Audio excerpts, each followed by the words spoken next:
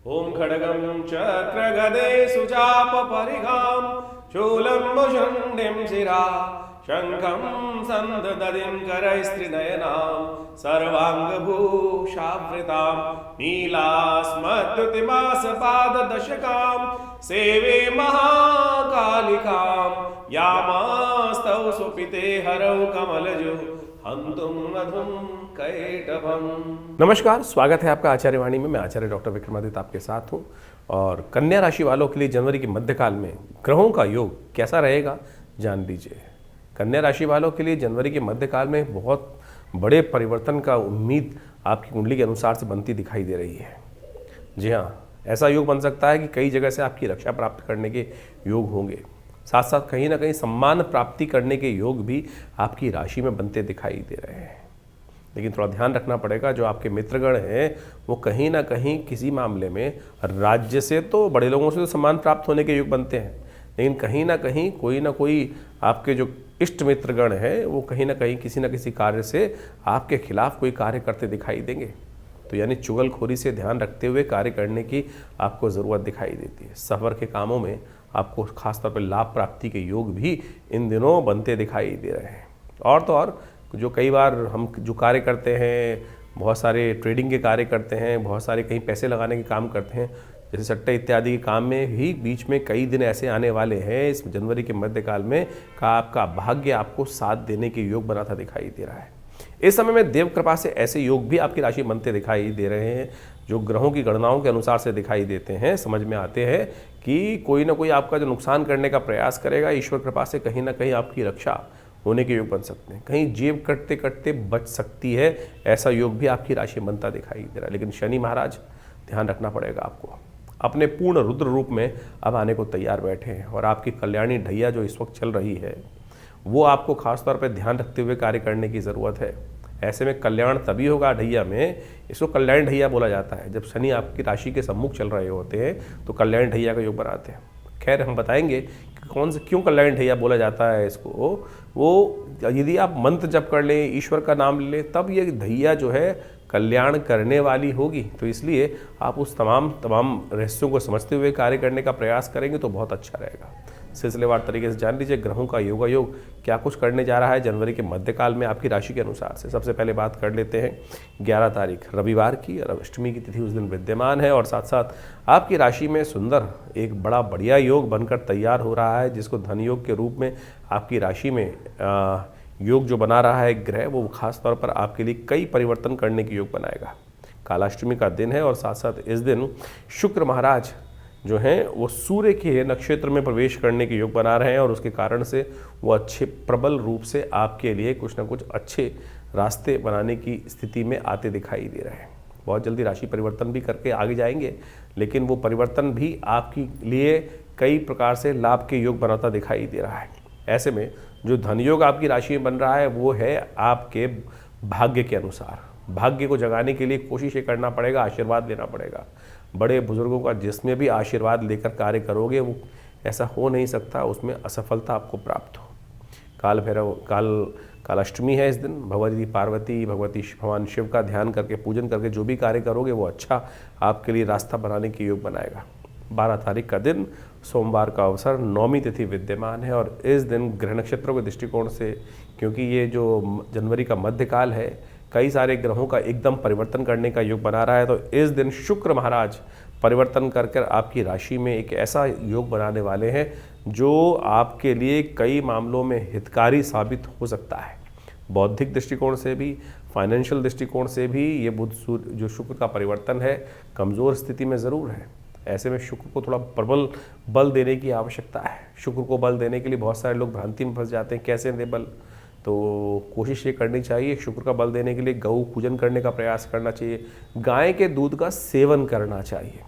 आमतौर पे कुछ लोग जो है तथाकथित तौर पे इस बात को कहने का प्रयास करते हैं कि शुक्र का संबंध मदिरा इत्यादि से बिल्कुल भी नहीं है। ऐसा बात मान लीजिए, अगर कोई शुक्र को बल देने के लिए मदिरा या बहुत सारे और गलत रास्ते की तरफ जाता है तो वो शुक्र को नहीं, आपके जो राक्षस गुण हैं उनको बल देने का प्रयास करते हैं। शुक्र एक दैविक ग्रह है और दैविक पॉइंट ऑफ व्यू से समझना चाहिए ज्ञान के स्वग्रह है। तो वो ज्ञान लोगों को ज्ञान की तरफ अग्रसित करते हैं, अंधकार की तरफ नहीं करते हैं।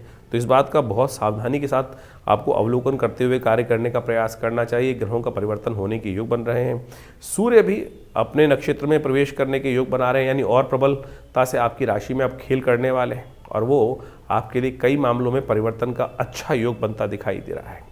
वहीं मंगल भी अब उच्च होने की कगार पे पहुंचते दिखाई दे रहे हैं और वो भी सूर्य के नक्षत्र में प्रवेश करने के साथ साथ आपकी राशि में जो ग्रह योग बना रहे हैं वो थोड़ा सा आपको सावधान रहना पड़ेगा। इस समय आप अगर अकेले अकेले बहुत सारे कार्य करने का प्रयास करोगे तो थक जाओगे। लोगों का सहयोग लेकर चलने की आवश्यकता है, सहयोग के साथ मिलकर चलने का प्रयास कीजिए, आपके लिए वो सबसे शुभ रहेगा। सोमवार का अवसर है, शिव का पूजन करें और आपकी राशि में जिस प्रकार से योग बन रहा है, थोड़ा सा गाय का दूध शुद्ध रूप से लेकर ओम नमः शिवाय का जप करते हुए भगवान शिव का अभिषेक करें। शुक्र की कृपा भी आपके लिए बौद्धिक और दैविक बल से लाभ प्राप्ति की योग बनाएगी। 13 तारीख का दिन मंगलवार का अवसर, दशमी तिथि इस दिन विद्यमान है और ग्रहों ने जो परिवर्तन की चाल चली है वो आपको अच्छे समझ लेनी चाहिए। ये परिवर्तन की चाल आपकी राशि के दृष्टिकोण से ऐसी बन रही है जो आपके लिए कहीं ना कहीं आपकी योग्यता के अनुसार से लाभ देने की स्थिति उत्पन्न कर सकती है, लेकिन ऐसे में थोड़ा ध्यान रखना पड़ेगा, अपने समय को सदुपयोग करते हुए कार्य करें। ग्रह नक्षत्रों के दृष्टिकोण से इस वक्त आपकी राशि में ऐसा समय बन रहा है कि देव कृपा से कहीं ना कहीं जो नुकसान होने के योग हैं वो भी बचने की स्थिति बन सकती है। बस समय का यदि आपने सदुपयोग कर लिया तो, नहीं तो फालतू के काम आपके जिम्मे भी बहुत सारे पड़ने के योग आपकी राशि में बनते दिखाई दे रहे हैं।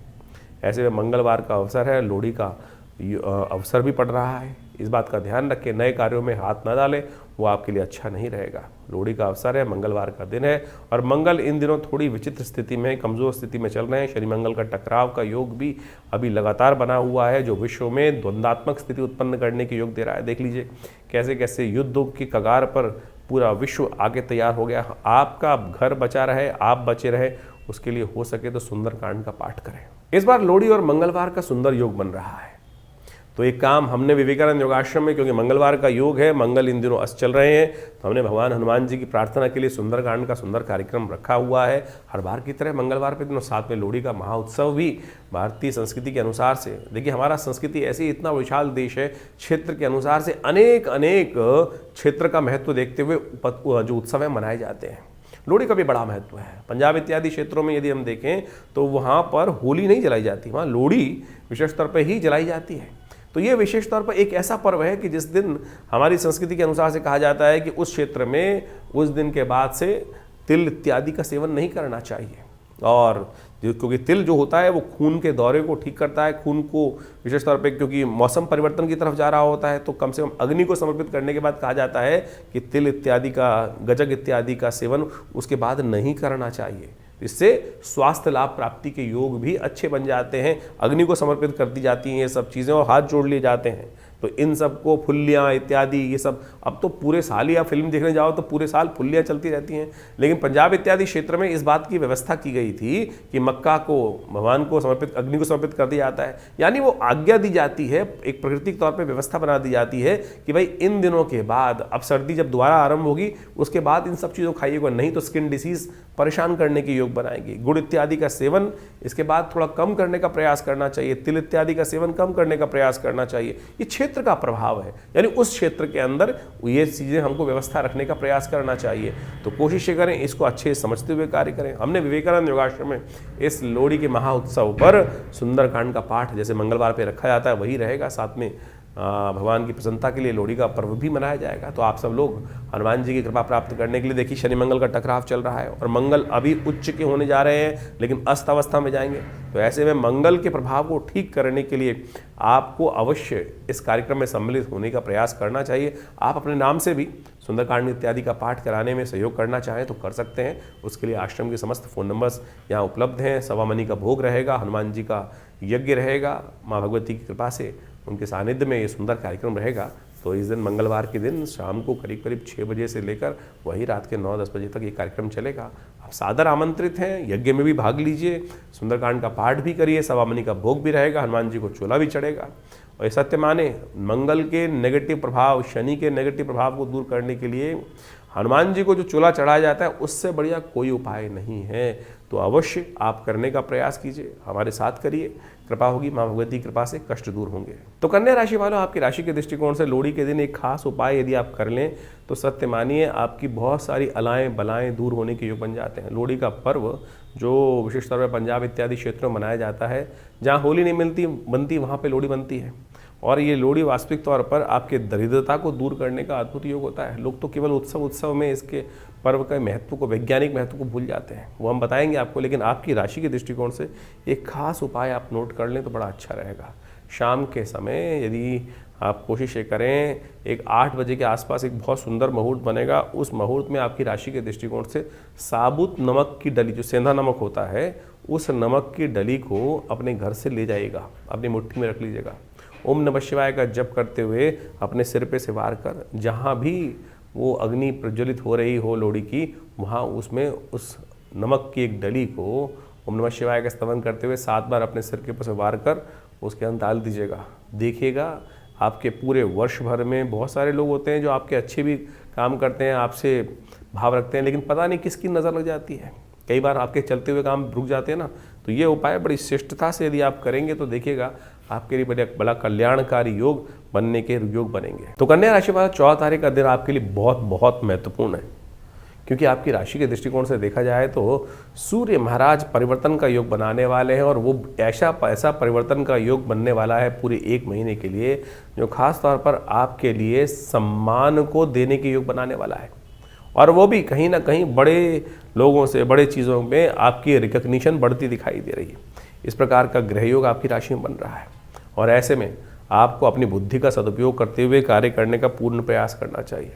मकर संक्रांति का योग बन रहा है बुधवार के दिन, शर्तला एकादशी के दिन ये योग बन रहा है। और ऐसे में कहा जाता है कि अपने शारीरिक तौर पर भी रक्षा करने के लिए, शारीरिक तौर पर, सांसारिक तौर पर सब प्रकार के दौर्बल्य को दूर करने के लिए शर्तिला एकादशी के दिन 6 प्रकार से तिलों का दान करने का उपयोग करने का प्रयास करना चाहिए। तिल का दान, तिल का भक्षण, तिल का भोग, तिल से स्नान, तिल से तर्पण, तिल से यज्ञ, इस प्रकार से तिल का उपयोग यदि करेंगे तो आपके लिए शारीरिक, मानसिक, आध्यात्मिक तौर पर ये तिल संपूर्ण रूप से कल्याण का योग बनाएगा। तिल है क्या, ये शास्त्र की विधि के अनुसार समझना चाहिए। तिल भगवान विष्णु के शरीर से उत्पन्न हुआ है।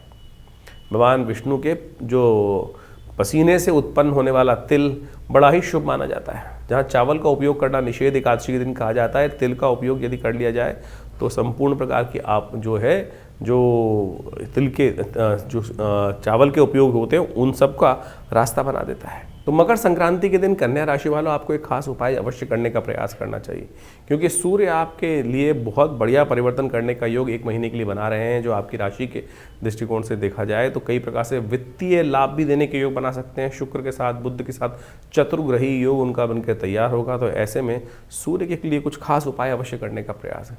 हरी मूंग की दाल और चावल, इनका विशेष तौर पर दान करने का प्रयास करना चाहिए, आपके लिए बड़ा श्रेष्ठ रहेगा। खिचड़ी का दान इस दिन बड़ा श्रेष्ठ माना जाता है, तो आपके लिए साबुत मूंग और साथ साथ चावल का दान मिलाकर करना इस दिन बड़ा श्रेष्ठ रहेगा। हो सके तो साथ में पंखा इत्यादि, छाते इत्यादि का दान, ऊनी वस्त्रों का दान भी यदि करेंगे तो ये ग्रह आपके लिए दृष्टिकोण से बिल्कुल बहुत जबरदस्त तरीके से लाभ देने के योग बनाएगा। तो मकर संक्रांति का दिन बड़ा विशेष है। भारतीय संस्कृति में इसका प्रभाव इतना अद्भुत कहा गया है कि सूर्य शक्ति संपन्न हो जाते हैं। जो सूर्य कमजोर चल रहे होते हैं, समस्त शुभ कार्यों का प्रतिपादन इसके बाद से होना शुरू हो जाता है। आने वाले 6 महीने जो है वो हर कार्य के लिए श्रेष्ठ बन जाते हैं। नए मुहूर्त, नए कार्य करना, सब प्रकार से बड़े कल्याणकारी योग इस दिन से बनने शुरू हो जाते हैं। सूर्य का उत्तरायण जो निर्णायन पद्धति से है वो माना जाता है। सायन पद्धति से तो 21 दिसंबर के आसपास वो परिवर्तन करने की योग बना लेते हैं, लेकिन क्योंकि पृथ्वी थोड़ी सी हल्की सी 23.5 डिग्री के आसपास झुकी हुई है तो 23 दिन का जो फर्क आता है, उस दिन 14 जो जनवरी है उस दिन से सूर्य मकर राशि में प्रवेश करने का योग बनाते हैं। और ये दिन बहुत खास है। इस दिन शास्त्र के दृष्टिकोण से कहा जाता है कि यदि दान पुण्य जो किए जाए वो सर्व रूप से कल्याण के योग बनाते हैं। इस दिन पितरों के निमित्त शास्त्र में कहा गया है तर्पण इत्यादि, ब्राह्मण भोजन इत्यादि अवश्य, और साथ साथ तर्पण तो सबसे श्रेष्ठ है। ये गायत्री का यज्ञ करना बड़ा श्रेष्ठ माना जाता है। घटना बताती है कि महाराज सगर के 60,000 पुत्र थे और महाराज सगर ने अश्वमेध यज्ञ किया था, और अश्वमेध यज्ञ करते करते समस्त जो लोग थे वो घोड़े के पीछे चल रहे थे। घोड़ा कहीं खो गया, इंद्र ने कहा जाता है कि उस घोड़े को ले जाकर महाराज कपिल जहाँ विशेष तौर पर साधना रथ थे वहाँ उस घोड़े को बांध दिया, क्योंकि उस सब उसके बाद जब सगर के पुत्र वहाँ ढूंढते ढूंढते घोड़े को पहुँचे तो देखा कि महामुनि वहाँ बैठे हुए हैं और किसी ना किसी, क्योंकि महाराज सगर के पुत्र थे, तो उन्होंने उपहास किया कपिल मुनि का। तो कपिल मुनि जब क्रुद्ध हुए, शांत साधना कर रहे थे, उनकी साधना में भंग डाला गया व्यंग इत्यादि करने के बाद, तो पहले तो वो शांत रहे, लेकिन जब उनको जबरदस्ती साधना से उठाया गया तो उनके नेत्र से ज्योति उपस्थित हुई। उससे कहा जाता है 60,000 जो लोग थे वो वहीं भस्म हो गए। तो कहा जाता है कि जब ये कलंक लग गया महाराज सगर के जो वंश के अंदर, तो 3 पीढ़ियां कहा जाता है कि महाराज सगर ने यथावत प्रयास किया कि उनकी किसी प्रकार से मुक्ति हो जाए, नहीं हुई। तो भगीरथ के जिम्मे ये काम आया कि माँ गंगा को प्रसन्न करें। 3 पीढ़ी तक माँ गंगा को प्रसन्न करने के लिए महाराज सगर के जो वंश था वो लगा रहा। भगीरथ से प्रसन्न हुई माँ गंगा, और फिर जब भगीरथ गंगा को धरा पे अवतरण कराने के बाद, भगवान शिव की जटाओं से लेने के बाद जब आगे चलते हैं तो इस दिन गंगा सागर पहुंचते हैं।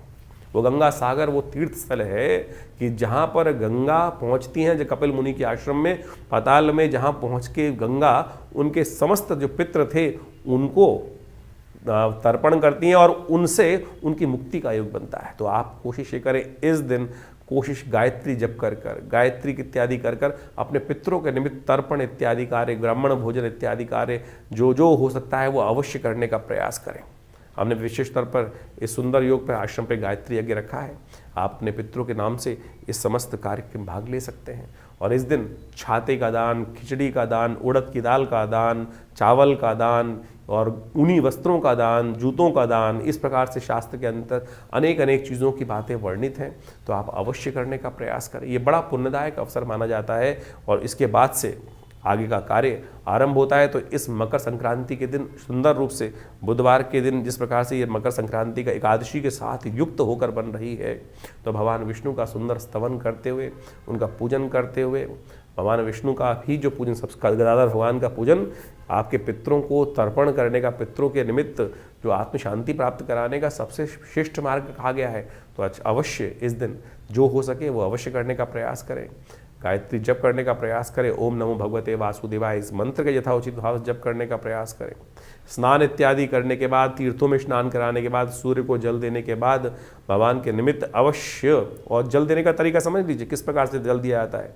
थोड़ा तांबे के लोटे में जल इत्यादि लेकर, थोड़ी सी रोली लेकर, पीले पुष्प लेकर अपने सिर के ऊपर से हाथ रखते हुए ओम घृणी सूर्य आदित्याय नमः, भास्कराय नमः, दिवाकराय नमः, इस प्रकार से भगवान सूर्य को जल देना चाहिए। फिर वहीं तर्पण इत्यादि किसी योग्य व्यक्ति के द्वारा करने का प्रयास करना चाहिए अपने पितरों के 3 पीढ़ियों तक। शास्त्र में वर्णित है कि हम सबको अपने 3 पीढ़ी तक अवश्य यथाउचित भाव से तर्पण करने का प्रयास करना चाहिए। ये शास्त्र में जो उपाय बताए गए हैं ये बड़े श्रेष्ठ हैं और करने से पितरों की तृप्ति प्राप्त होती है। और इससे शास्त्र में वैसे तो कई उपाय बताए गए हैं, गायत्री जप, श्रीमद् भागवत का सप्ताह, तर्पण इत्यादि, ये पितरों के निमित्त कैसी भी कुंडली में योग हो, कैसे ही बार बार आपके पितर आपके सपने में आ रहे हैं, कहीं ना कहीं आपकी याद आपके पितरों से हटती ही नहीं है, तो कहीं ना कहीं पितर अपेक्षा कर रहे हैं, या आपका व्यवसाय लगातार सब कुछ बढ़िया करते हुए भी कहीं ना कहीं दिक्कत आ रही है, परिवार में शांति नहीं है, संतान की प्राप्ति नहीं हो पा रही है, सब कुछ ठीक होते हुए भी, ये सब के सब लक्षण है कहीं ना कहीं पितृ ऋण आपके जीवन में। पितृ दोष नहीं होता, बहुत सारे लोग पितृ दोष में फंस जाते हैं, पितृ ऋण है कि जिसकी निवृत्ति आप सबको शास्त्र के प्रमाण से अवश्य करने का प्रयास करना चाहिए। और वो तर्पण इत्यादि, गायत्री जप इत्यादि जो करता है उसके जीवन से ये समस्त कष्ट दूर होने के योग बन जाते हैं। तो अवश्य इस सुंदर तिथि में आप ये कार्य करने का प्रयास करें। गंगा जो विशेष तौर पर योग है, जहाँ पर गंगा सागर है, वहाँ एक बहुत बड़ा मेला लगता है और लाखों लोग जाते हैं वहाँ पर अपने पितरों की तर्पण करने के लिए। जब भगीरथ के पितृ तर्पित हो गए, इस तर्पण हो गया उनकी मुक्ति हो गई, तो आप सबके पितृ भी मुक्ति के लिए अवश्य इस शुभ तिथि से आगे सुंदर योग बनाएंगे। तो इसको भारतीय संस्कृति में वैज्ञानिक तौर पर समझा है, इसके ऊपर बहुत ज़बरदस्त शोध किए गए हैं।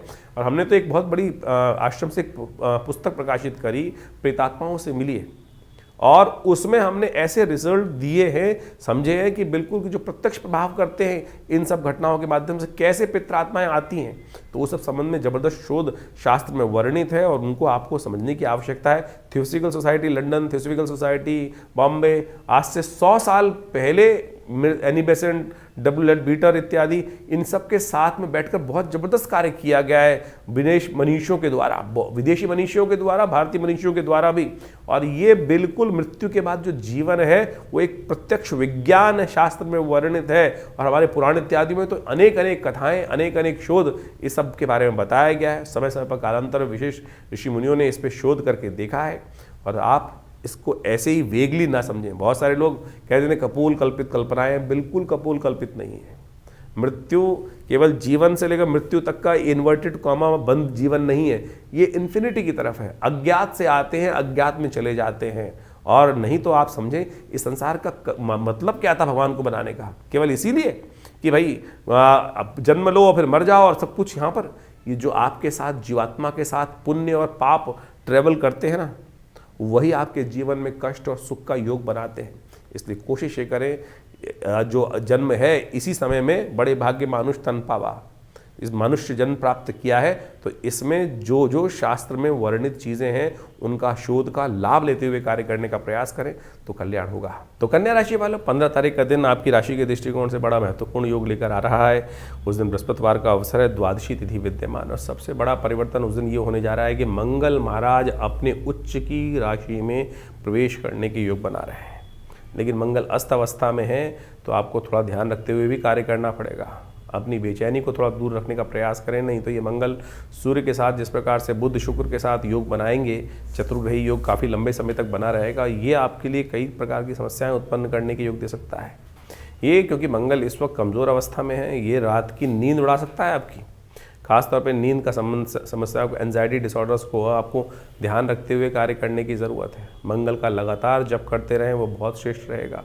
ओम क्रांग क्रीं क्रौंग सै भौमाय नमः, इस मंत्र का जप करें जब भी इस मास में मंगल, क्योंकि मंगल और का एक विशेष योग इस वक्त बन रहा है। मंगल शनि की राशि में चल रहे हैं, उच्च के वहाँ पे बन रहे हैं, लेकिन कमज़ोर अवस्था में सूर्य उनके साथ चलने के कारण से अस्त हो गए हैं। तो ऐसे में मंगल को शक्ति देने के लिए सबसे बढ़िया है कि हनुमान जी की कृपा से सुंदरकांड का पाठ करने का प्रयास करें, वो आपके लिए बड़ा कल्याणकारी रहेगा। इस दिन ग्रहों का योगा योग आपकी राशि के दृष्टिकोण से जो बन रहा है, मानसिक तौर पे अपने आप को थोड़ा मोटिवेट रखने का प्रयास करें। इमोशनल पॉइंट ऑफ व्यू से आपके ग्रह थोड़े से हल्के दिखाई दे रहे हैं, तो आपका जो मनोमस्तिष्क का दायरा है वो थोड़ा सा कमज़ोर दिखाई देता है, यानी इंटरनल स्ट्रेंथ जो आपकी ग्रहों की है वो थोड़ी कमज़ोर चल रही है। चंद्रमा नीच के हैं, बहुत सारे 4 ग्रह अस्त अवस्था में चल रहे हैं। तो ऐसे में कोशिश ये करें कि आप हनुमान जी का सुंदर स्तवन करने का प्रयास करें, हो सके तो गुरुजन का सहारा लेने का प्रयास करें, पीली चीज़ों का दान करें, कल्याण होगा आपके लिए। 16 तारीख का दिन शुक्रवार का अवसर है, त्रयोदशी तिथि विद्यमान है और इस दिन आपकी राशि में ग्रहों का ये परिवर्तन जो स्थिति दिखा रहा है वो कहीं ना कहीं बहुत अच्छे योग बन रहे हैं। चंद्रमा का बुध के साथ एक अच्छा संयोग बनकर तैयार हो रहा है, वो आपकी राशि के दृष्टिकोण से यदि देखा जाए तो वो आपके लिए कहीं ना कहीं एक सुंदर योग बनाकर तैयार कर रहा है। ये आपके लिए एक ऐसा योग बना रहा है जो खास तौर पे आपको समझ में आना चाहिए। बृहस्पति से दृष्ट होकर चंद्रमा और बुध की युति जिस प्रकार से हो रही है, ये दिखाती है कि आपको ज्ञान का सहारा, ज्ञानियों का सहारा, बुद्धिमान लोगों का सहारा लेकर कार्य करने का प्रयास करेंगे। राज्य संबंधित लोगों का सहारा लेकर कार्य करने का प्रयास करोगे तो सफलता भी प्राप्त करोगे और आने वाले 2-3 दिनों में अच्छा धन लाभ की प्राप्ति के योग भी, धन योग बनकर तैयार है। धन का मार्ग भी आपको हम समझाने का प्रयास करें किस तरफ से आने के योग बन रहे हैं। तो ऐसे में खास तौर पर कुछ ध्यान रखें कि महालक्ष्मी कृपा के लिए धन योग बना जो है, शुक्र प्रदोष का योग भी बना हुआ है, महालक्ष्मी कृपा का पूर्ण योग बना हुआ है। ऐसे में शाम के समय हो सके तो इत्र लेकर, यदि आप केवड़े का इत्र या चंदन का इत्र लेकर भगवान शंकर का अभिषेक उससे करें। त्र्यंबकम यजामहे सुगंधिम पुष्टिवर्धनम उर्वारुकमिव बंधनान् मृत्युर्मुक्षीमामृता, तो देखिएगा प्रदोष का पूर्ण लाभ, समस्त दोषों से रहित होकर ये योग जो है आपके लिए बड़ा कल्याणकारी योग देगा और आने वाले पूरे 1 महीने तक भगवान की कृपा से आपके लिए कुछ ना कुछ अच्छे रास्ते बन के तैयार हो रहे हैं। तो आज का खास योग है, शाम के समय अवश्य इसको करने का प्रयास करें। जब आपके क्षेत्र में सूर्यास्त हो जाए और उससे 40 मिनट के अंदर अंदर ये उपाय कर लेने से माँ भगवती कृपा, भगवान शंकर कृपा अवश्य प्राप्त होगी। कहा जाता है कि प्रदोष के समय में जब प्रदोष का योग बन रहा हो, भगवान शंकर पार्वती जी के साथ गणों के साथ संसार का भ्रमण करते हैं। और जो इस प्रदोष काल में त्रयोदशी जिस दिन शाम को, उस काल में भगवान शंकर का स्तवन करते हुए भगवान को दिखते हैं, उनके जीवन में बहुत से पुण्यों का उदय करने का योग बन जाता है। 17 तारीख शनिवार का अवसर, चतुर्दशी तिथि विद्यमान है, मासिक शिवरात्रि का योग बन रहा है और ऐसे में एक और ग्रह परिवर्तन की स्थिति जा रही है। इस जनवरी के मध्य भाग में 4-5 ग्रह एक साथ एक के बाद एक परिवर्तन के योग बना रहे हैं और बहुत तेज गति से परिवर्तन हो रहा है। बुध का परिवर्तन अस्त अवस्था में सूर्य के साथ, बुध के साथ, शुक्र के साथ, और जो बुध का परिवर्तन होने जा रहा है, ये आप मान के चलें कि आपके लिए चतुर्ग्रही ग्रहों की चौकड़ी बनकर तैयार हो गई है। और ये चौकड़ी कहीं ना कहीं ग्रहों का ऐसा तांडव मचाती है कि कहीं ना कहीं बुद्धि में बड़ी कन्फ्यूजन क्रिएट कर सकती हैं। ये करूं, ऐसा करूं, वैसा करूं, इधर जाऊं, उधर जाऊं, तो मन में कहीं ना कहीं उच्चाट होने का योग दिखाई दे रहा है। तो इसलिए शांत भाव से कार्यों को समझने का प्रयास करें। कई बार ऐसा होता रहता है इस ग्रहों को देखते हुए बुद्धि में कि संसार मेरे लिए है ही नहीं, मेरे को यहाँ रहने की आवश्यकता ही नहीं है, अरे यहीं सब कुछ है, यहीं स्वर्ग है, यहीं नर्क है। धन योग बना हुआ है आपकी राशि में, ज्ञानियों का सहारा लेकर कार्य करने का प्रयास करें। नैरो माइंडेड व्यक्ति जो है उनके चक्कर में न फंसे, बुद्धिमान व्यक्तियों का सहारा लेकर वही आपकी किस्मत जगाने के योग बनाते दिखाई दे रहे हैं। कहा जाता है ना, भाग्यम फलति सर्वत्र, अरे भाग्य आपके साथ है, भाग्य का योग बनाने का प्रयास कीजिए। हाँ, अगर अपने आप को सरल नहीं रखोगे, परमात्मा की शरण में नहीं रखोगे, तब ये शनि आपका बाजा बजा देगा। इस बात का ध्यान रखना। तो शनिवार का दिवस है, कोशिश ये करो, काली चीज़ों का दान करो, कल्याण होगा। 18 तारीख का दिन रविवार का अवसर है, अमावस्या तिथि बन रही है और बहुत सुंदर तरीके से ग्रहों ने एक परिवर्तन का योग भी बना रहे हैं। जो परिवर्तन का योग बनकर तैयार हुआ, पंचग्रही, चतुर्ग्रही से पंचग्रही योग का निर्माण आपकी राशि में होने वाला है। दिन भी अच्छा है, शाम के बाद आपकी विजय के शंखनाद होने के नए रास्ते बनते दिखाई दे रहे हैं। इसलिए कन्फ्यूजन थोड़ी देर के लिए अवॉइड कर लो। बहुत जल्दी ग्रहों का परिवर्तन होगा और शाम आते आते कहीं ना कहीं शंखनाद सुनने के योग भी बनते दिखाई देंगे। मौनी अमावस्या है, इस दिन मौन रहकर चीज़ों को समझते हुए कार्य करने का प्रयास करेंगे तो बहुत अच्छा रहेगा। ज़्यादा बोलने से नुकसान होने के योग दिखाई देते हैं और शांति से चीज़ों को करने में अच्छा रहेगा आपके लिए। मौनी अमावस्या का दिन चल रहा है, आपकी राशि के दृष्टिकोण से आपके लिए अच्छा रहेगा कि दाल, साबुत दालें जो भी हों, उनको अपनी सामर्थ्य के अनुसार से इस दिन यथाउचित भाव से गरीबों को दान करने का प्रयास करें। गर्म वस्त्रों का दान करना, गंगा स्नान करना बड़ा श्रेष्ठ आपकी राशि के दृष्टिकोण से दिखाई देता है। तो इस दिन का सुंदर लाभ लेते हुए कार्य करने का प्रयास करें। वर्ष में एक ही दिन ये मौनी अमावस्या का योग बनता है। माघ का मेला चल रहा है और ऐसे में सुंदर रूप से आप अपने समस्त कष्टों को दूर करने के लिए, देखिए मेहनत से तो बहुत किस्मत जागती है, लेकिन ऐसा नहीं है कि सबकी मेहनत से किस्मत जाग जाती है। भाग्य को जगाने के लिए, भाग्य की सफलता के लिए, भाग्यम फलति सर्वत्र कहा है ना, तो इसलिए भाग्य को जगाने के लिए अपने पुण्यों को जगाने का प्रयास करना चाहिए। जब पुण्य जाग जाते हैं ना, तो थोड़ी सी मेहनत से ही किस्मत कहाँ से कहाँ पहुँच जाती है। तो इस बात का ध्यान रखते हुए कार्य करेंगे तो बड़ा शिष्ट रहेगा आपके लिए। मौनी अमावस्या पर एक बात का और ध्यान रखें कि हमने इस दिन, क्योंकि मौनी अमावस्या के दिन गायत्री का जप, यज्ञ करना सबसे श्रेष्ठ माना जाता है, साथ साथ नवग्रहों की शांति के लिए भी अपने पुण्यों को जगाने के लिए कार्य करना चाहिए। हमने विवेकानंद योगाश्रम में इस मौनी अमावस्या के अवसर पर एक नवग्रह शांति महायज्ञ, गायत्री महायज्ञ रखा है। आप सब लोग चाहें तो विवेकानंद योगाश्रम में अपने नाम से यज्ञ भी करा सकते हैं और साथ साथ इस पुण्य कार्य में सम्मिलित हो भी सकते हैं स्वयं भी। सुबह 8 बजे से लेकर रात दोपहर को करीब 11-12 बजे तक ये कार्यक्रम चलेगा। तो आप सब सादर आमंत्रित हैं दिल्ली में विवेकानंद योगाश्रम में। माघ मास की पूर्णिमा के दिन मौनी अमावस्या का योग बनता है और कहा जाता है कि मौनी अमावस्या एक बहुत शुभ तिथि मानी जाती है। इस दिन चीज़ों को समझने का प्रयास करना चाहिए। मौन यानी मौन रखने का व्रत रहना चाहिए। और इस दिन कहा जाता है कि समस्त तीर्थों का जल जो होता है गंगा के समान पवित्र हो जाता है।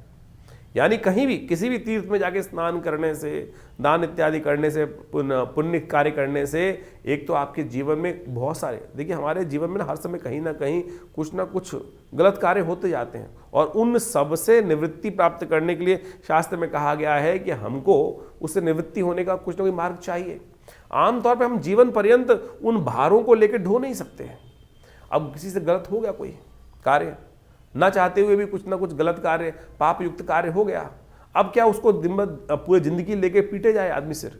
हमारे शास्त्र में कहा कि किसी तीर्थ में जाओ, एक डुबकी लगाओ, भगवान के समक्ष अन्य श्रद्धा से कहो कि गलती से हुआ।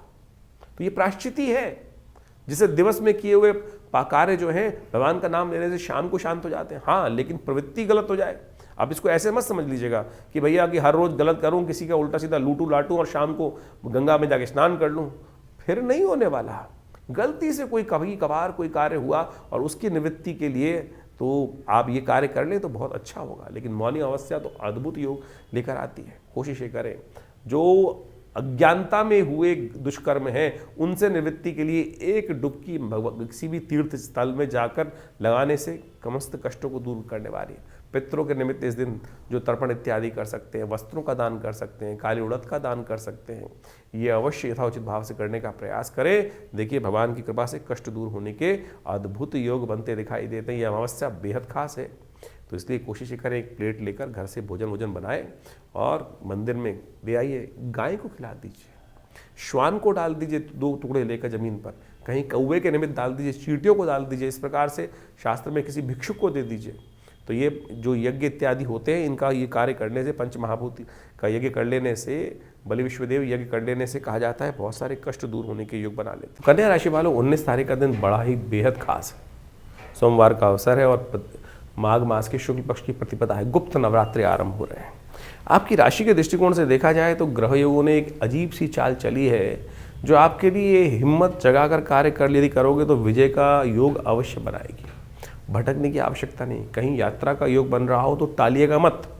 जी हाँ, आज यात्रा आपके लिए फ्रूटफुल साबित होने के योग बना रही है, यानी कार्य को सिद्ध करने के, किसी से मिलने जाने का योग बन रहा हो और आप बैठे हैं, क्योंकि इन दिनों आपके ग्रह थोड़े से कई बार मामले में 4-4, 5-5 ग्रह अस्त चल रहे हैं, तो क्या होता है कि मनोमस्तिष्क ऐसा हो जाता है कि पता नहीं जाने से होगा नहीं। अरे निश्चित होगा। जो विश्वास रख के जाओगे तो कार्य पूर्ण करने की योग बनती है। यात्रा से लाभ देने के ग्रह बहुत बढ़िया तरीके से योग बनाते दिखाई दे रहे हैं। तो द्वंद्व को मनोमस्तिष्क से दूर करने का प्रयास करें, माँ अम्बे का ध्यान करें। गुप्त नवरात्रि आरंभ हो रहे हैं, तो देखिएगा ये गुप्त नवरात्रि बेहद खास रहेंगे आपके लिए। गुप्त नवरात्रि आरंभ हो रही है 19 तारीख से। माघ मास की प्रतिपदा से गुप्त नवरात्रि आरंभ होती है। आमतौर पर चैत्र और अश्विन की नवरात्रि जो है लोग जगत पूछते आए हैं, लेकिन गुप्त नवरात्रियों को भूल जाते हैं। गुप्त नवरात्रि गुप्त रूप से अपनी मनोकामनाओं की पूर्ति के लिए बड़ी अद्भुत मानी जाती हैं। आमतौर पर इसके लिए पंप एंड शो करने की आवश्यकता नहीं होती है। बड़ी श्रद्धा के साथ दुर्गा सप्तशती का कोई भी मनोकामना हो आपकी, कोई भी मनोकामना, आमतौर पे अनेक मनोकामनाएं मन में हिलोड़े लेती रहती है कि ये हो जाए, ऐसा हो जाए, और आप माने जब आपके पुण्य बढ़ेंगे ना तब आपकी मनोकामना पूर्ण होगी। चाहे तो इस जन्म में किए हुए पुण्य हो या पूर्व जन्म में किए हुए पुण्य हो, लेकिन पूर्व जन्म तो हमको याद नहीं रहता है। लेकिन आप सत्य माने, जो कुछ आपके जीवन में भोग आ रहा है या कष्ट या सुख जो आ रहा है वो सब पूर्व अर्जित कर्म अनुसार आ रहा है। पुण्य पाप को आप अच्छे से एनालाइज कर सकते हैं।